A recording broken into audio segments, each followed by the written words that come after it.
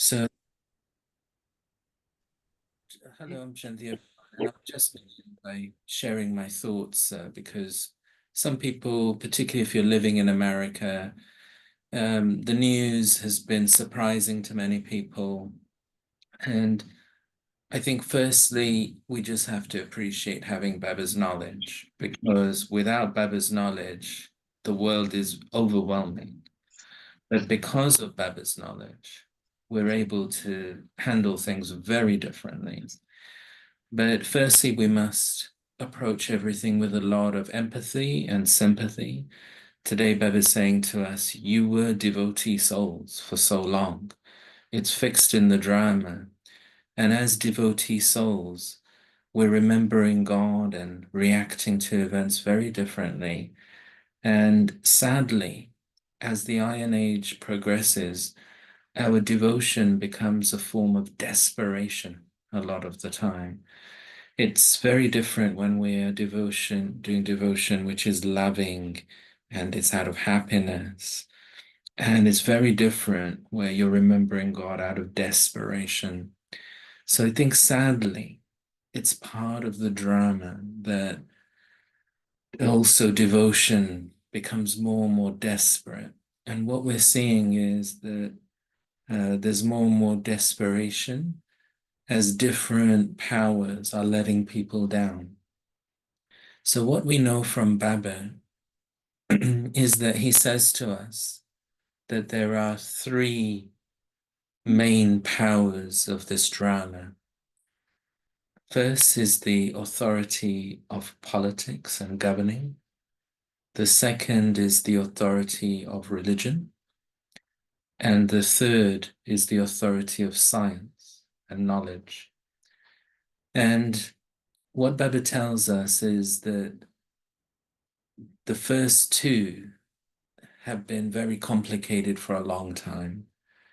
And we know from the history of different countries that so many have had citizen revolutions and rebellions and so on, and they have deposed monarchies because the monarchies became selfish and they misused their power. So there's a suspicion towards governance in many places, not in all places, but in many places. And in that American context, of course, it's probably part of the foundation of the Constitution there, that suspicion towards government and governance. And then religion, again, it's very complicated, isn't it? The relationships. And then what has sort of saved us in the last 100 years, 150 years, has been the emergence of science.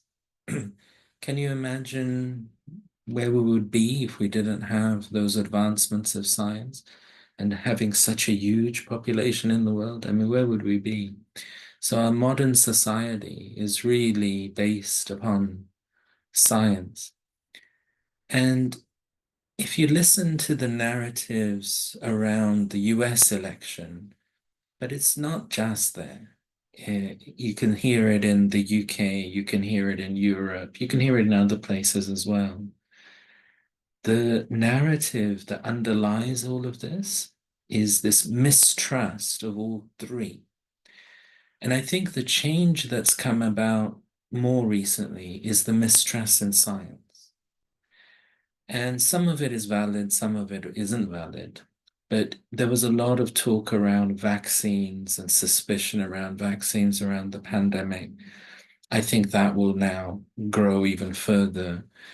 But there is a valid point around pharmaceutical companies anyway, going way back, because science and business, they go together, don't they? Government and business go together, religion and business. I was visiting a monastery in Bulgaria many years back, and the driver who took me around, he just said to me, well, the church is just mafia. It's just a business. And so he was an atheist. And because I was saying, oh, it's nice to visit a monastery. Good. We don't have many monasteries in the UK anymore. But, when you go. So what you got is, I think we got to understand that there's like a historical vibration that culminates now. So what Baba's told us in the Morally is that as the Iron Age goes on, all the three authorities, they shake. And you get people who will shake them, even if they don't shake. So if we understand the more complex picture that Baba's sharing with us, he's telling us that you're going to have a situation where all three continue to fail people. And it's only when people feel let down by all three that a wave of disinterest will continue to develop in the world. And what Baba's told us is that people's attention won't turn to Baba as long as they've got these three supports. And so what you have is mainly science actually has been the main support, but it's led people towards materialism, as we know. And materialism, as we know, is very flimsy, it's very unreliable. And so I just think we're reaching a point now where because we've got Baba's knowledge, we're able to understand what's going to happen, and we got to think about where we are with things. So, I mean, certainly for me, not a surprise, but then I don't live in the US. I'm just like an observer from the outside. And you got these underlying trends where many people, I think, particularly rural farming communities in many countries, they just have been largely ignored by governments. Same in the UK as well. And so what you're going to get is you have these types of uprising, sort of protests and so on. These things increase. We've also got an issue with younger men as well, and that can obviously can be very testosterone driven, can be very type of that. So, we got different things where it's bubbling under the surface and it bubbles out, and you're going to have these sorts of things happening. So I don't think it's a surprise. The bigger picture, though, is going to be around climate change, of course. So we know it's in the drama. Baba's told us from the beginning. Brahma Baba had those visions right at the beginning of natural calamities, doing a lot of work. So we know that no matter how much someone tries to reduce carbon emissions, someone else is going to come along and reverse them back again, because it's in the destiny of the drama. And what Baba tells us in the Morally is that because you can see what happens afterwards, you know that the golden age is coming afterwards. For you, it's not a worry. You know what's happening is everyone is settling accounts so that souls can go back home with Shiv Baba. So for us, we look at all these things with those spectacles of knowledge. It feels very different for us. And what Baba says in these Moralies is it's because you've now got a fourth authority. So this drama works on these three authorities, but Shiv Baba is the fourth authority. And so this is now the time of Shiva's incarnation. And we've had these Moralies around surrendering our intellect, prioritizing the Morally. So the Morally is really the fourth authority here. And the Morally teaches us the karma we've got to perform. But Baba mainly tells us that as long as you're using the vices, you're weak. You're going to have to develop your purity. You're going to have to become purified. And then what will happen is your own inner power. This will continue to develop. So he's saying that people, the process of the drama will be people will become disillusioned with these three authorities. And then they'll begin, it's like a subconscious thing of looking back at for their ancestors to lead them. And so the ancestor souls we now know are the BK souls. And some of the BK souls, they're taking rebirth as BKs. Some of the BK souls, Baba calls them going into the advanced party. And what he explains is that some of the BK souls go into the other three authorities. They go into politics, they go into religion, they go into science, and they play different roles also in these authorities, but they are ancestor souls, and they've got to help out these authorities. So I think for us, the concept of worry is not really, it's not like conducive with knowledge. Knowledge removes our worry. And all we can do is make ourselves powerful, because the world needs powerful souls with powerful thinking, elevated thinking. And that's the support that the community needs. Do you want to come back on that? Brother Shailen, is is this how Rowan works? Because he keeps saying that he's going to take everybody to the golden age. He doesn't know what the golden age is. And when I listen to my little grandson, he says, "Oh, we are going to vote for Trump because," he said, "No, I think Trump should win because he is going to stop the war." So the understanding of the young people is that he is going to stop the war and he is going to save America. I don't understand that Rowan is so powerful that he is, you know, causing people to have all these false ideas. Shanti. In the Morales, which was spoken in the 1960s, you'll come across this narrative around Mahatma Gandhi. And Baba makes this comment because it was the early days of the Republic of India. Everything was very new. And of course, most of us would have a very respectful vision of Mahatma Gandhi. And certainly he was a great soul. And he did personally implement those philosophies of non-violence. But you can't get away from his non-violence movement resulted in millions of deaths, ultimately, right? So what Baba says is there's a bigger picture here of the Iron Age. And he uses this metaphor uh, of the claws of Ravan. Everyone's in the claws of Ravan. And this metaphor of the claws, it runs through many faiths surrounding Satan or the devil.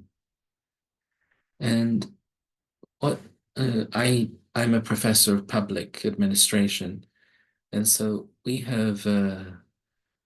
train public administrators like city managers and state managers and so on. And one thing you learn, and I myself used to be a public manager, and the thing about public policy is everything you do results in a problem. Every solution creates a problem.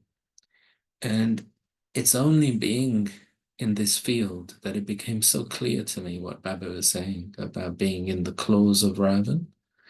So if you like, we could go back analyzing every president of the United States, anything anyone did, it just results in something getting worse. Now, of course, each of them is going to claim that they did a fantastic job or something like that.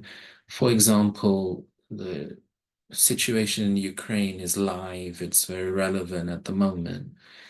But you could go back and say, well, President Obama didn't do anything when Russia first invaded Ukraine in 2014. That then emboldened Russia to invade even more later on. If you don't do, you can result in a war.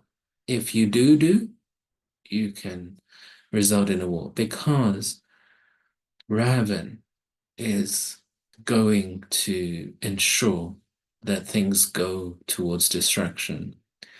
I would say much more than any of these politicians that this is really about big business, much more. I don't think politicians in a democracy in particular are that powerful. Um, they will be supported by vested interests. You often find that big businesses, they sponsor both sides, and then whoever wins, they then can support them. So what we know is that military contractors are not struggling for money. They're doing well, and you can look um, right back through history. A few years back, I had an interest in the Crusades, and I was reading some stuff around that. And 1,000 years ago as well, these wars between Christian lands and Muslim lands, they were a lot driven by military companies of that time, sword makers and arrow makers and things, the blacksmiths. So there, we have to understand there are industries of death. There's a profitability of suffering. And this is the clause of Raven. And then sadly, the people who go for peace, they also end up then with the unintended consequence, and things end up getting worse. So I just don't feel, I think governance is very, very difficult. It doesn't matter what anyone does, we end up with that. So, for example, President Trump is going to drill for more oil. That oil might bring down prices for the US citizens, but we know it's going to affect the environment. So in the long run, it will come back and bite. So you can't get away. But where governance is just short term, they're only there for 4 years, 3 years. They're going to just focus on a short term decision. But Baba is giving us very long term perspectives as to what actually is the flow of the drama. So, this is just all we can do is just focus on ourselves and make ourselves powerful. Ambika, did you want to come in on any of that? Yeah, it's during these events that happen sometimes unexpectedly or expectedly, depends where the US is concerned. What comes to mind is how fortunate Baba's children are. We have this knowledge. We know what is to come. And Baba has been telling us over and over our power of accumulation and why we need that, and particularly not just for the self, but for souls who are now in trauma of what is happening. And it's not just the politics, because I listen to Brother Bridgman every month. Judy Rogers does an interview with Bridgman Bai. And that was the first question that she asked, this earthquake that has happened in the US, and Brahmins and non-Brahmins are questioning certain things. But, and as he said, this is one of many that will come where we will feel disappointment, and anything will happen suddenly what we do not expect. It is why we need to be what we need to be as BKs, be our fortune, understand the fortune that we have, but to be able, I think, at this time, to be able to have this spiritual strength and power to serve those souls. We do Sakash for the world, we do for nature, everything. But even these souls is to be able to have the compassion, because they don't have Baba's knowledge. And everything, I think, when they themselves realize that there are things that are happening even more and more, they will be may be able to seek some kind of understanding of where we are. Because while the US is going through whatever it is politically, there's so much other issues, climate change, a big thing, you know, and this might appear to be really a small thing or small disappointment to them, but there are other things that are coming. And these are the things that I feel that souls who do not have Baba's knowledge, maybe when we speak with them, not to not understand what they're going through with their disappointment, but to be able to help um, to draw them away of not just one area, but to see what is happening in the world and how frequent things are going to come more and more in the doorstep that they'll have to face, and why it's important to build some type of strength, whether it's within their religion, because all religion has this thread of always having love and forgiveness and being able to live whatever their teacher is saying to them. You know, that we know everyone will not become a BK, but even within their own religion, you know, there is goodness. And this main thread of love and forgiveness is in all. It's in all. But to be able to bring their awareness on this bigger picture, you know, isolated in one area, but look at what is happening for souls around the world.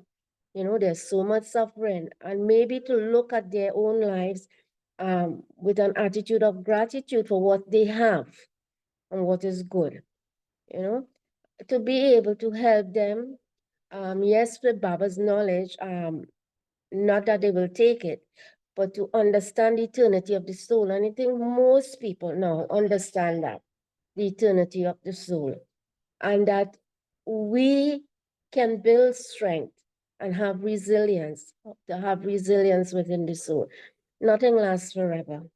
You know, whether we believe there's 84 births, whether we believe there's a cycle, we have to understand that nothing lasts forever. We come naked, we leave naked, you know, but it's in that transition to help them to be able to build with coping mechanism. That is what is necessary. And I think not just for the US, because it's happening all over for people who are non-BK, I'm speaking about in particular, so that when we have conversation with them, you know, not to preach and to give Baba's knowledge in that way, but to bring it on a acceptable level, that to let them understand that there is more. And as Brother Bridgman was also saying, so many things will come suddenly. So many things are going to come suddenly from what we expect, what we don't expect. Even with Baba's knowledge, we know. But when it actually happens, sometimes we can become affected until we use the points of knowledge. And that's why Baba's be saying, in the end, yes, but even each moment as something happens, am I able to, within a second, understand what is happening and go beyond it? And as you always say, brother, what is the level of our accumulation? We having this leakage with all the waste, you know, getting caught up in these petty things that sometimes pulls us. But keeping this aim and objective so clean and clear that the focus is, Baba is telling us more than ever, and the Murlis it's coming at this time, how much it is, you know, what we need to do. Listen to the Murli, churn the points of knowledge, have awareness all the time. You know, yes, there may moments we don't, but each time something happens that we perceive that may be negative, is always, my thing is always to see within whatever situation, what is good. What is good. There's always good in a situation.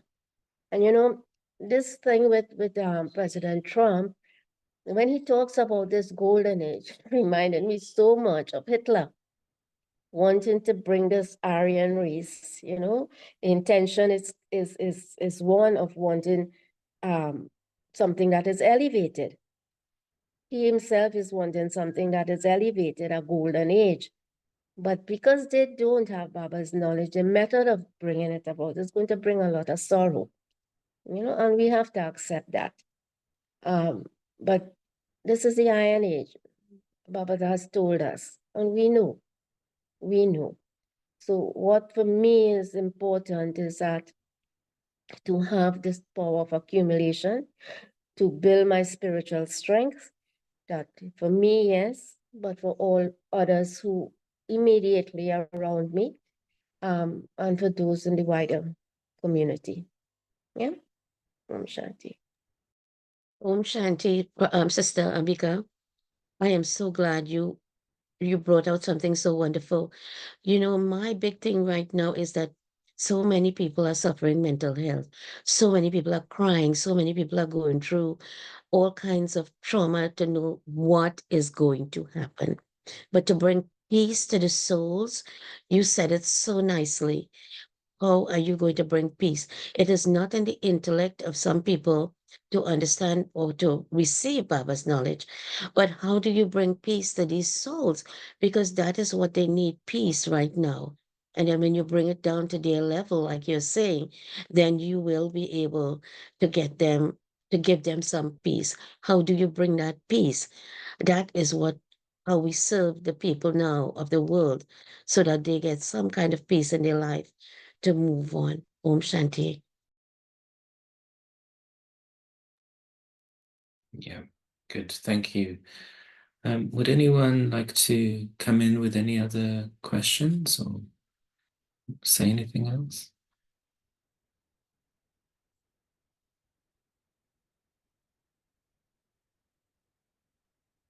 Vika Ben, did you want to say anything on any topic? Om Or Shanti. Shaila Ben? Yeah, come in. Om Shanti. Yeah, Baba said today that he comes to purify, but and he meets the impure ones. But we cannot go to our home or pure world without being pure. Can you explore that topic, please? Thank you. Yeah, thank you. I really enjoyed that point in today's Morally as well. And you'll recall that the context in which Baba was speaking today was remembering Shiv Baba in the combined form down here with Brahma Baba. And so one of the things that Baba wants us to move from is a devotee remembrance of God being just up above, or thinking that God is everywhere down below. So he's treading this fine line sometimes in the morally, where if he says God is up above, then people think he's just up above. And maybe he's like the great light, the great nirvana, that type of thing. If he says he's down below, then people immediately think he's everywhere down below. And so what he does is he says that I am in the soul world, but at the confluence age, I'm playing a role combined with Brahma as Babdada. And so you have to remember me in relationships. Because at this time, I am your father, your teacher, your Sadguru. So this type of remembrance is where we're seeing the Supreme Soul play this role of Shiva down here. Shiva means the benefactor, the benevolent one, the kind, the compassionate one. And so what Baba's saying is he is demonstrating that now, and remember him in that way now.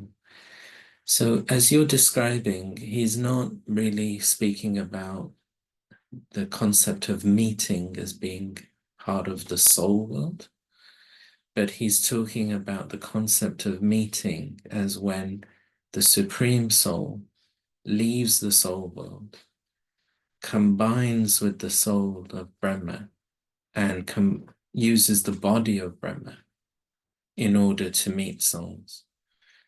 And this came up a few months ago in the Morley, where he was explaining that it's not just the physical body of Brahma, but also the angelic body of Brahma.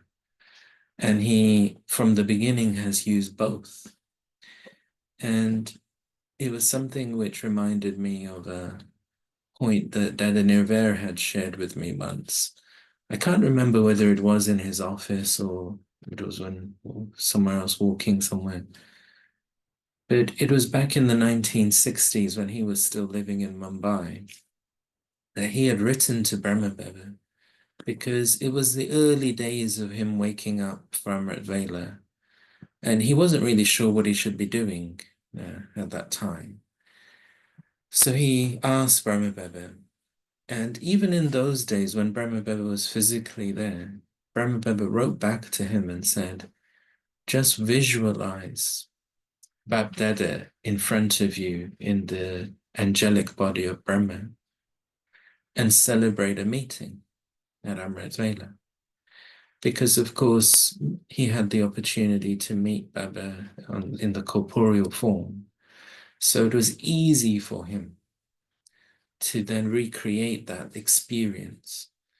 And there are Brahmins who met Bab Dada personally through the body of Daddy Gulzar.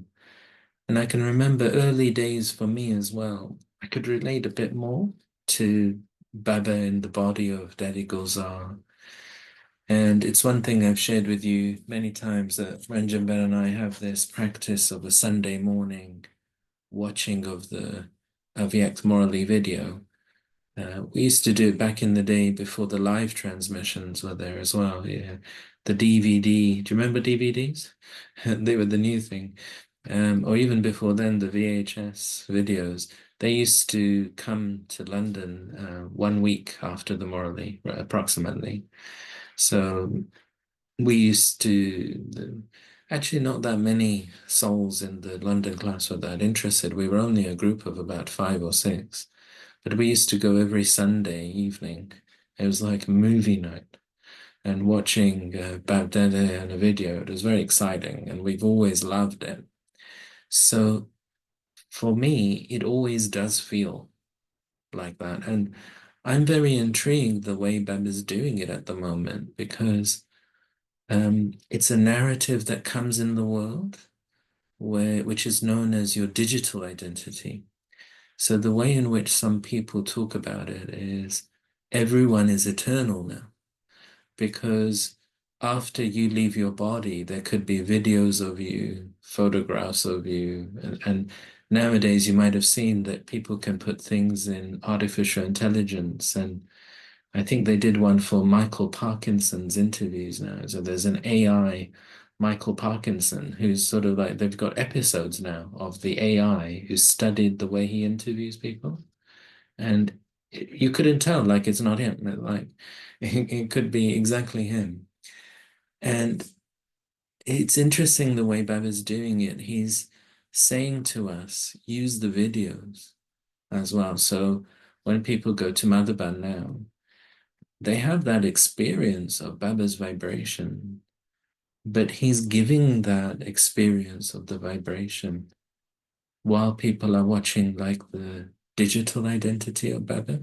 I personally am not keen on Baba becoming AI because I don't like things being manipulated and made up, but the video in itself is very valuable, or even before then, the audio. I think you will know I've heard all of Baba's audio Morley's from the 1960s. I did interpret some of them as well. And I found that helped me to really understand the flow of the Morley, because I've heard them many times.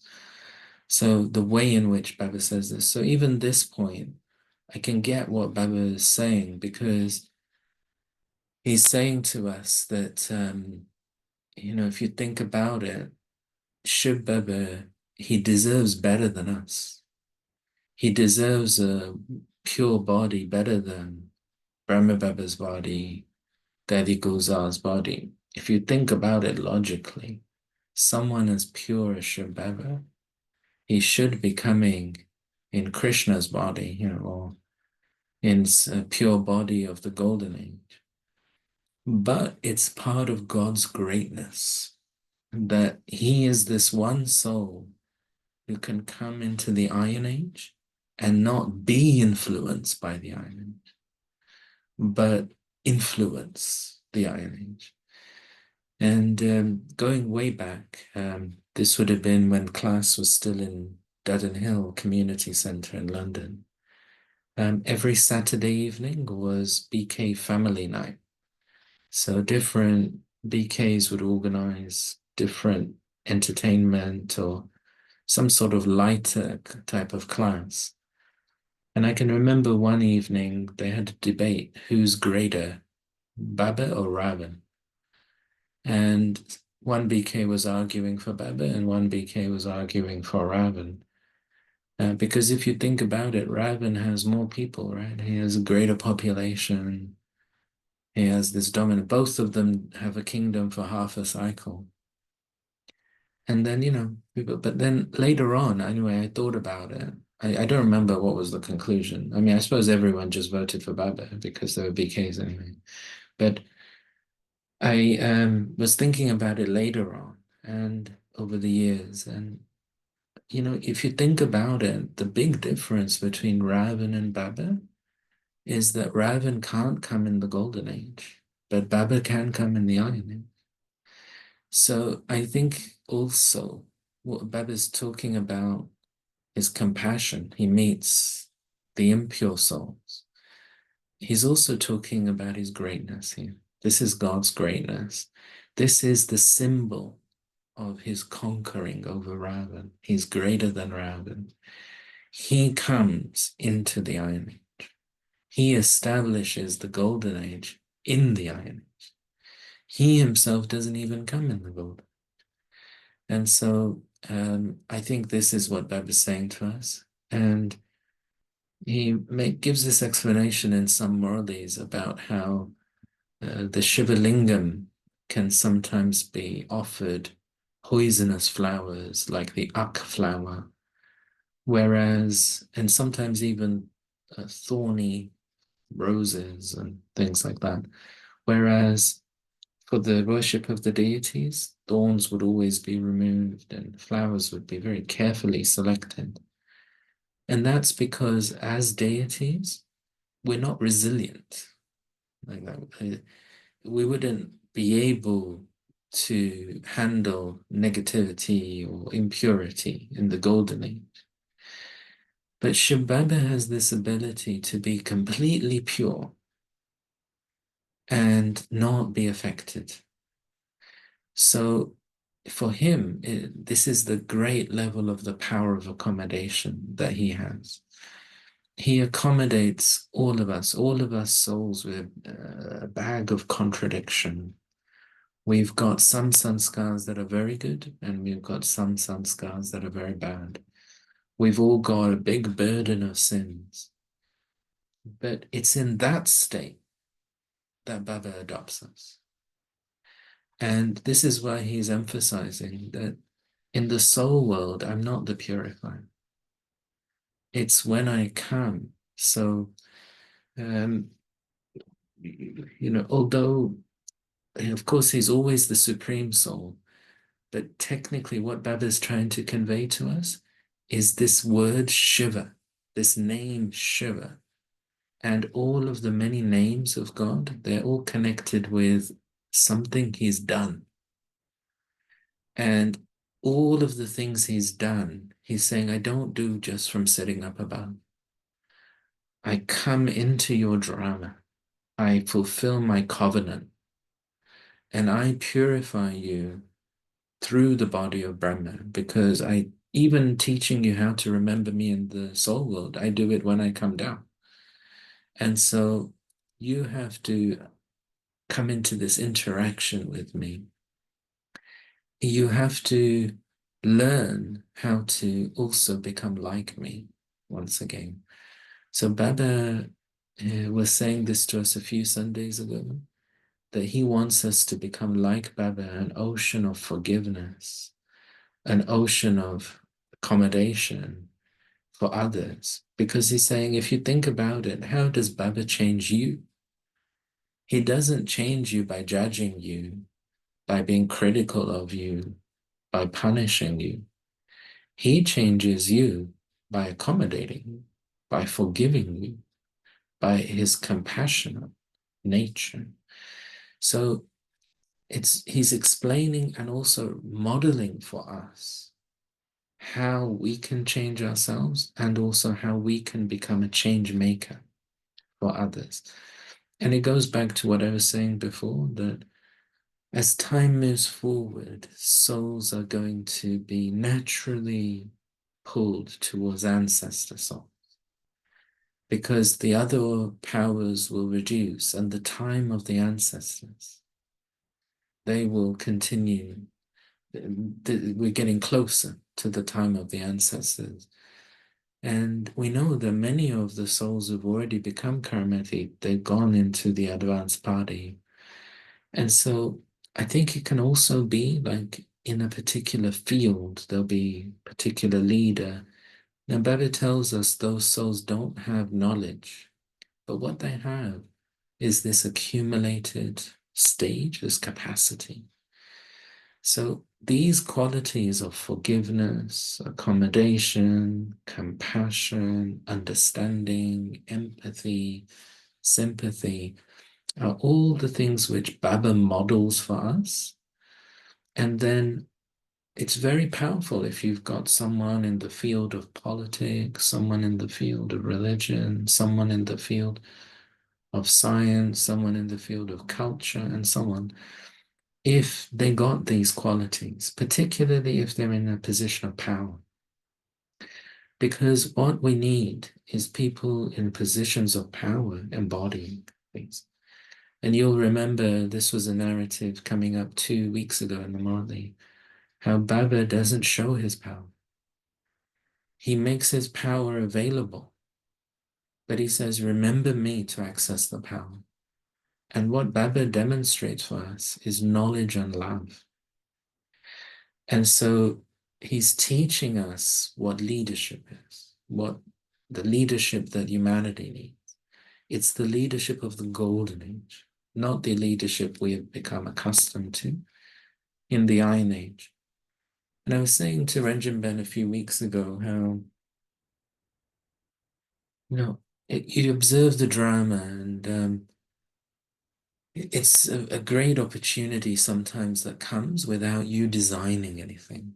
And we had a delegation. One of the reasons I've not met you for a couple of weeks, we had a delegation from Ghana come. So I was busy for a couple of Saturdays, and then I had a hospital appointment last week and so on. So there's been various reasons. But the delegation from Ghana, they came, and there's a great rapport building up with the head of public administration there in Ghana. And just yesterday, I applied for some funding to bring 10 mayors from Ghana to Birmingham. And also, I've been asked to be part of the Birmingham's Brazil Institute. So we're looking to bring 10 mayors from there as well, with a view to exploring this topic of how do you balance economic growth with environment sustainability. And both Brazil and Ghana have got big forestry issues and other pollution issues. And my journey just in life, it's sort of like not been planned. It's sort of just, I ended up sort of in places. And you look at how the drama's flowing. Our conversation earlier was more about politics, and I'm very clear in my mind that it's very difficult to influence politics. Politics just sort of out of our hands. But I'm quite pleased to be in a job and in an institution that's very much focused on public management, because these public administrators are usually in the middle of the politician and the citizen. And what we really need is people doing things for citizens, because one action of a public administrator can affect thousands of people. So I just have been looking at Baba, marveling that, okay, you know, I leave it to him, I leave it to drama. We can only do whatever we can do. But, you know, I didn't have any of this in my mind at all. And things are just emerging that, look, do this. And of course, Baba tells me I'm an ancestor soul. And he and drama are just opening up opportunities. If we do gather these 20 mayors, we're going to do 4 days of different discussions and create a series of training materials that we will cascade throughout these countries. And particularly in Ghana, it will train every public administrator as to how they can take better decisions around these things. And as we know, these countries are very corrupt as well. And so there's a lot of challenges, a lot of issues. But even if you can make a little bit of improvement, so what I was saying to you, that ancestor souls, they will sometimes be in an incognito form in that situation, or they might be more obviously like Brahma Kumaris doing something. But we will see this increase in the drama because what we have to do is develop our capacity. And over the years, I'm learning more and more that in these situations, it's the donation of virtues that's needed. These people are experts anyway, and people don't really want to be taught things so much or told things. But what people want is people with compassion and understanding and thoughtfulness and respect. All the things Baba teaches us. These are the things that are needed. And this becomes, I can testify, brothers and sisters, that even outside of Baba's service, in Lokik situations, these same things Baba teaches in the Murali, they bring success. It's exactly the same thing. It's not like it's one rule for the BK world and one rule for the world. So Baba is saying, I don't play my role in the Golden Age. I am known as Shiva, the compassionate one, because this is the time when souls need things. And if you look at the narratives of the Avyakt Muralis we've been hearing on Sundays, Baba's become more and more clear as the years have gone by, telling the Brahmins, you have to accumulate. You have to have your stock. Many souls, they're going to gain from Baba through your stock. So it's not possible that you can say, oh, Baba will do, because Baba will say, what are you going to do? So this is my interpretation. Does that answer your question, Shannon?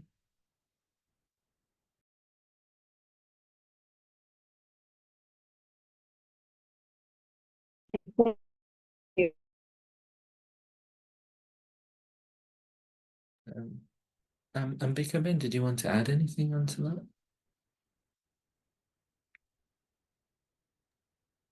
Yes, brother.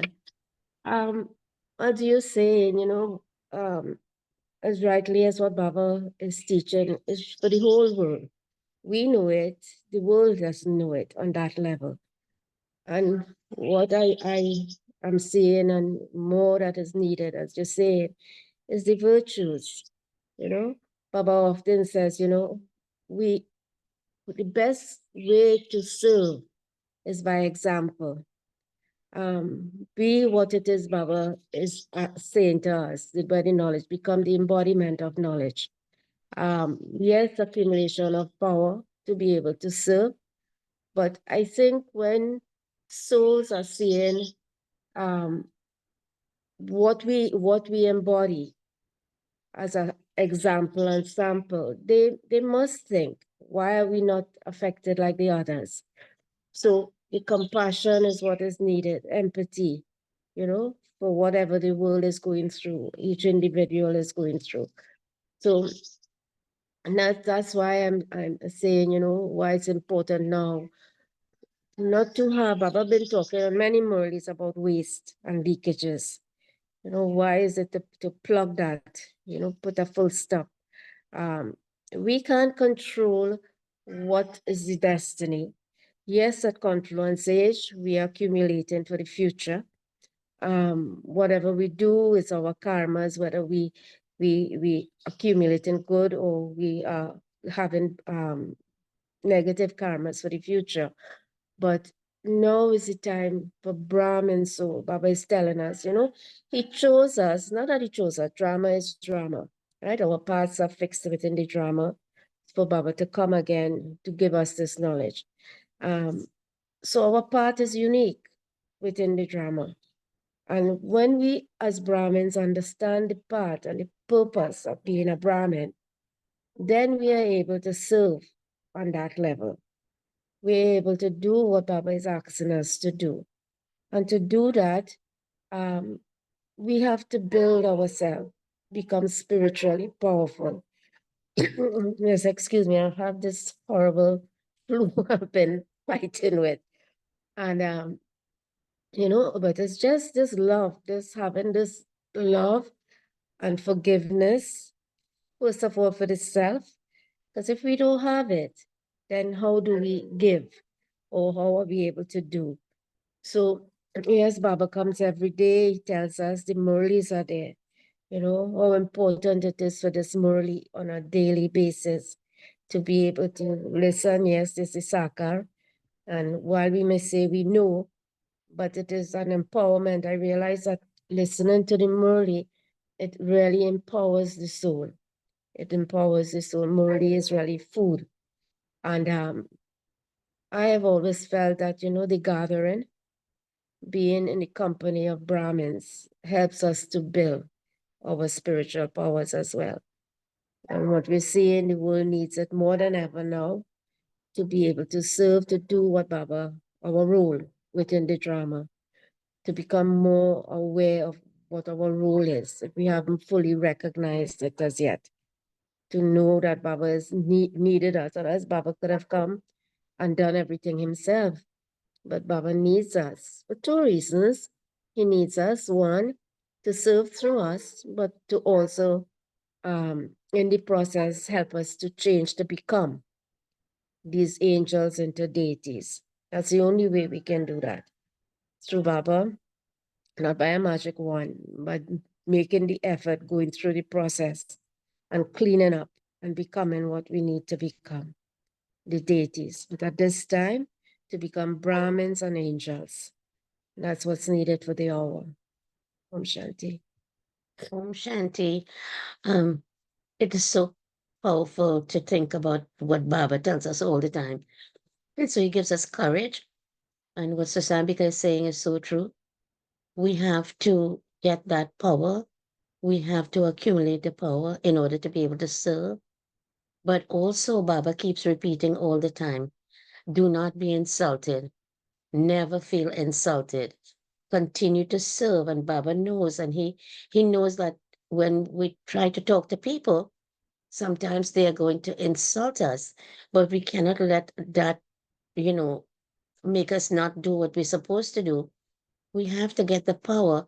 But also, you know, what I notice Baba tells us all the time is that we have to feel the pulse of the people. But in spite of that, we have to serve. Om Shanti. Yes, thank you.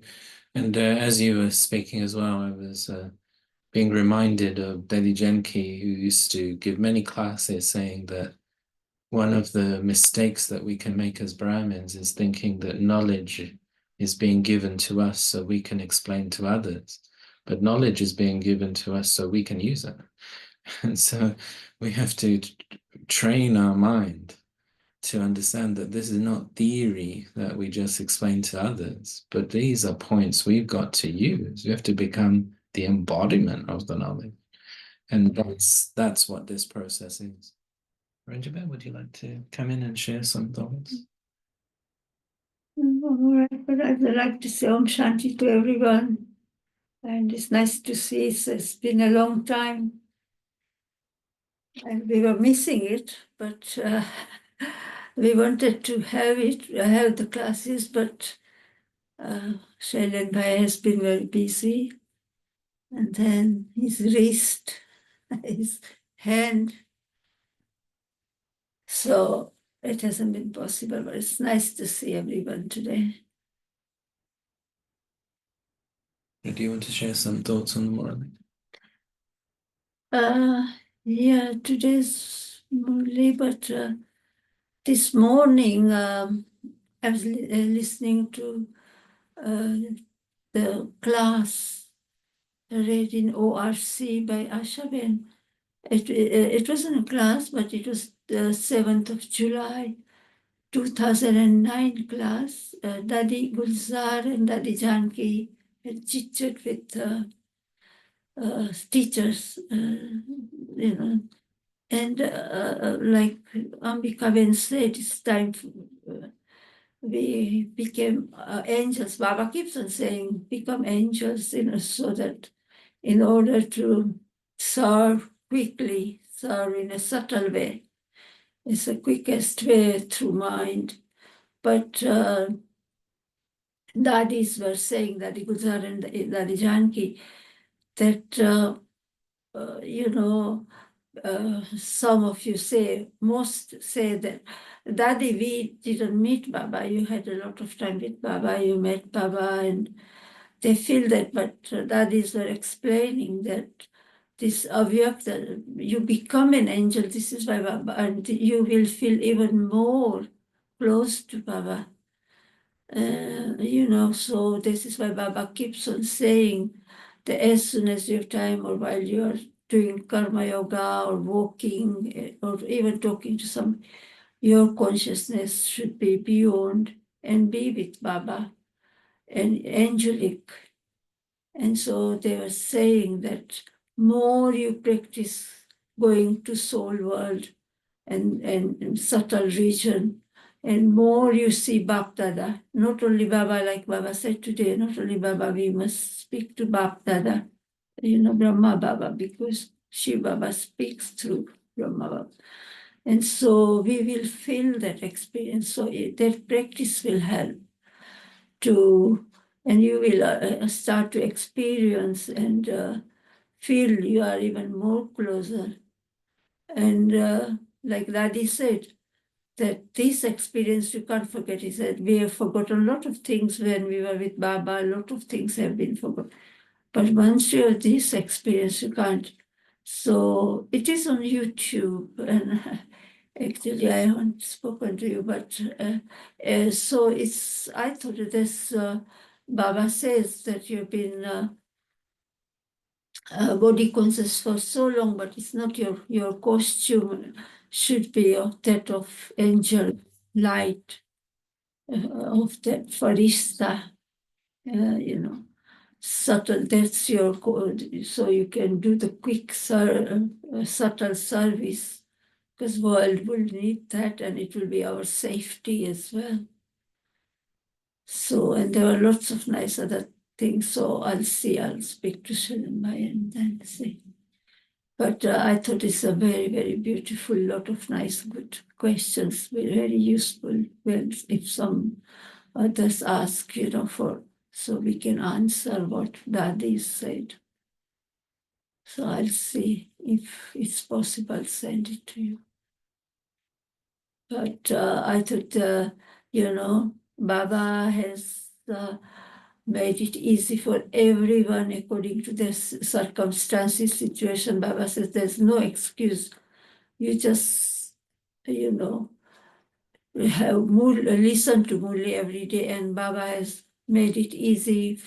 Baba knows that this is a household path, and then, you go to work, there's illness, there's young, old, everybody. But this, Baba says it's easy yoga, but sometimes we make it hard by thinking. But Baba has made it easy by giving us Murli points, in Murli explaining how we can serve in different ways without making any excuse. So this is why Baba was saying that if you have your heart true, and then if you practice like Baba says, follow Baba's Srimad, then you will experience it. And you will feel even closer and achieve a lot. So so you shouldn't feel that you haven't met Baba. Om Shanti. Okay. Would anyone else like to come in? Do anything?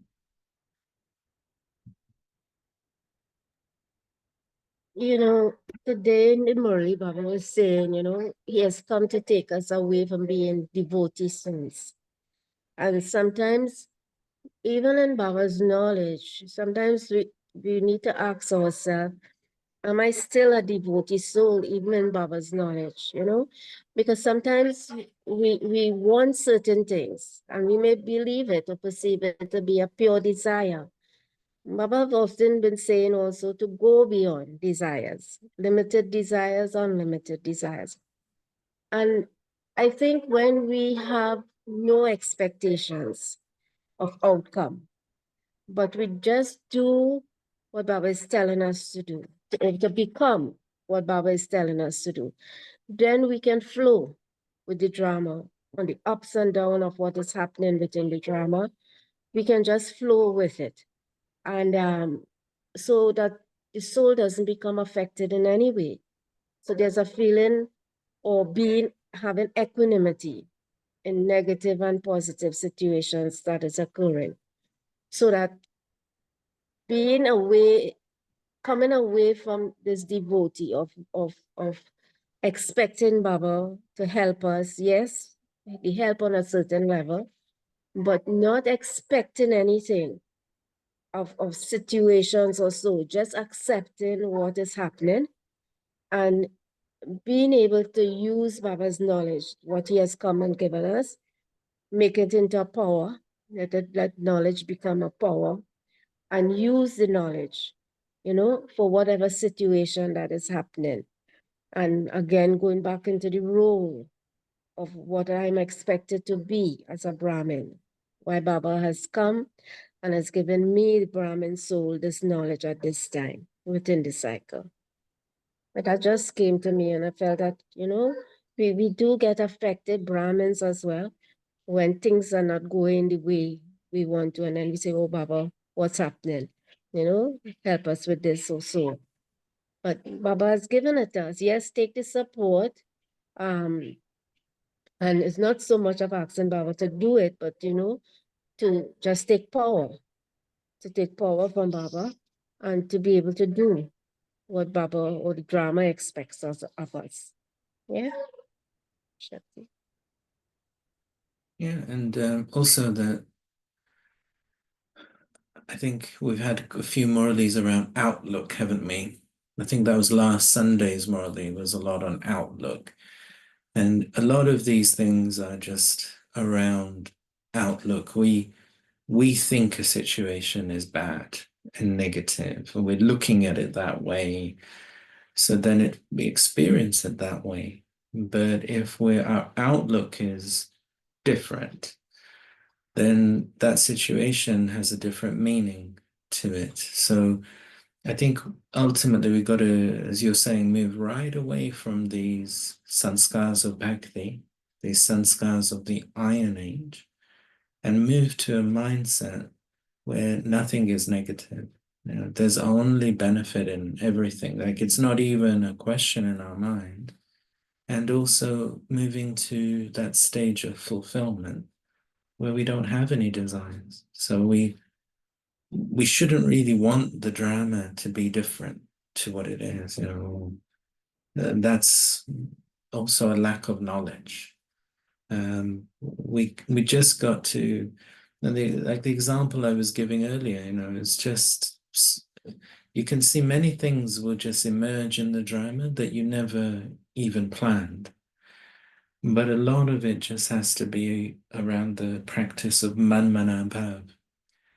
So we'll finish now with a meditation commentary, and it links in with the efforts I'm making at the moment And what you'll find with all of these thoughts that we have, Bebe was saying to us a few days ago, don't take the support of waste thoughts. Today, Bebe is saying to us in the blessing, have thoughts of faith. Have these others. So what you'll find is that your mind has like a framework of patterns of thinking that we've been using in this lifetime, previous lifetimes. And the way in which we think becomes a cage. And we just stay inside of this cage.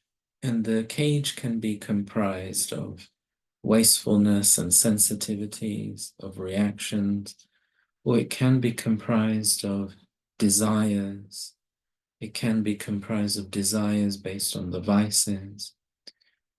And so I'm just training my mind to become Manmana Bhav again and again. And Manmana Bhav means it's a word from the Hindu scripture, the Gita. And in Hindu scholarship, there would be many definitions of this word. But Baba keeps it very simple for us. He says, Manmana Bhav means focus your mind on me, your father. And so just taking this very simple message and training the mind with it, I find that it's very beneficial.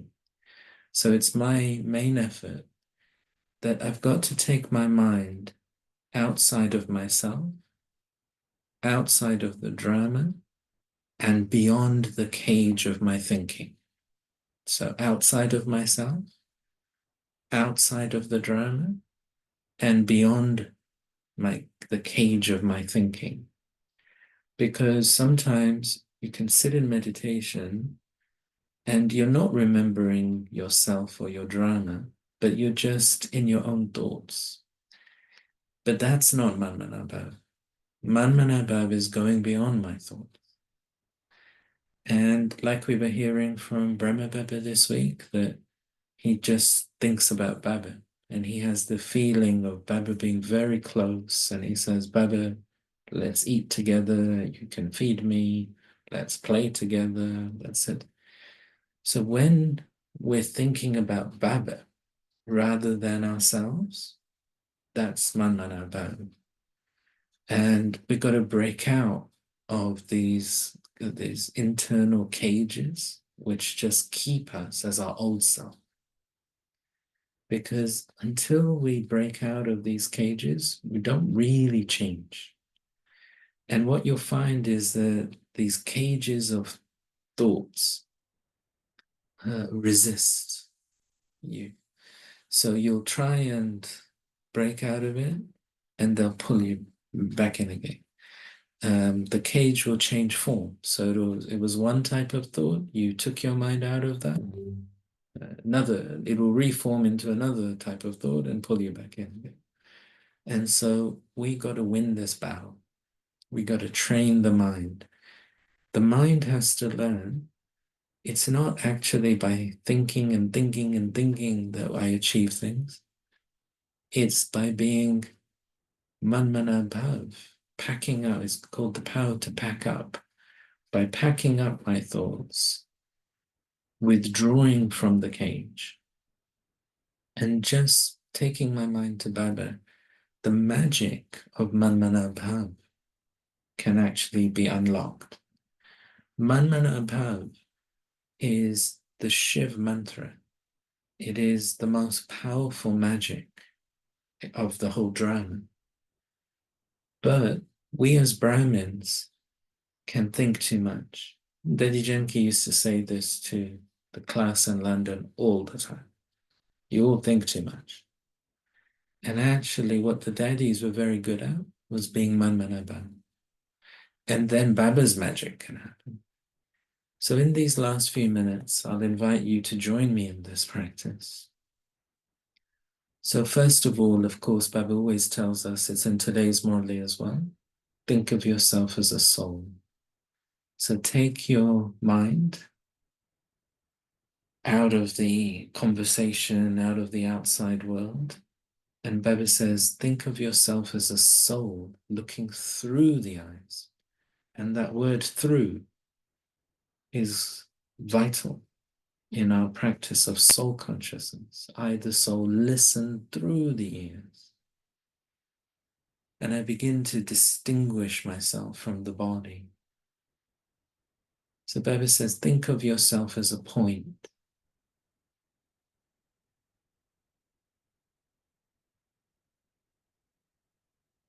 This body also started off as a tiny point, as a tiny fetus, but this body grows.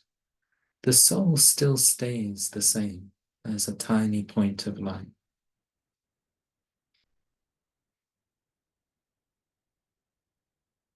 And then think about Baba in the soul world.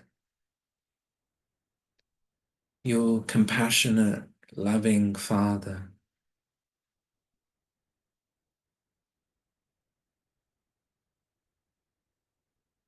And he always stays in this unlimited consciousness. The body is a cage, and the thoughts of the mind, they're also a cage. So let me be a flying bird and just take my mind outside of everything I know.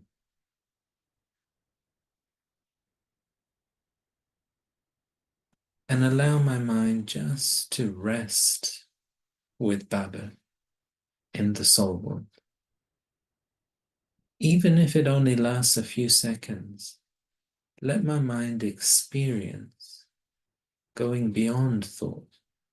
Now, of course, I am thinking of Baba, but it means going beyond all other thoughts.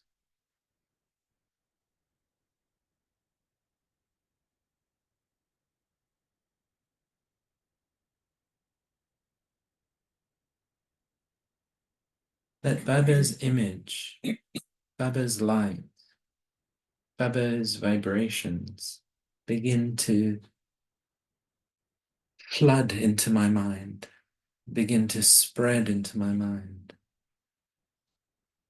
As I practice this stage of Manmanabhav, the aim is that Baba's presence dominates my mind space. Otherwise, the mind gets occupied by so many other thoughts and feelings.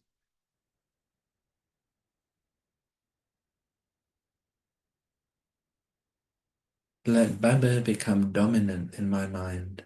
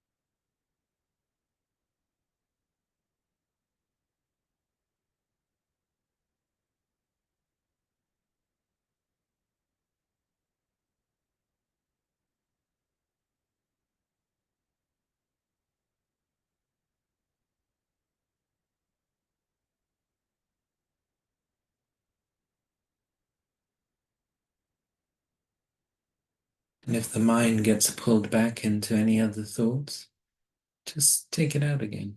Take it back up. Explain to the mind that we're only going to think about Baba now.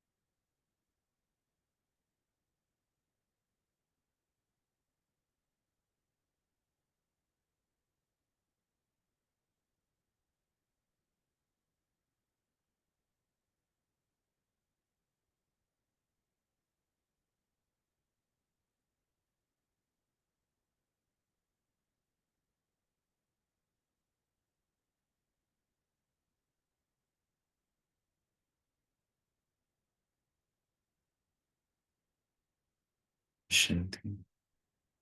So thank you to those of you who are able to join us live, and also warm greetings to those of you who are watching later on through the YouTube channel. And we wish you all a very good week. Om Shanti. Om Shanti. Om Shanti.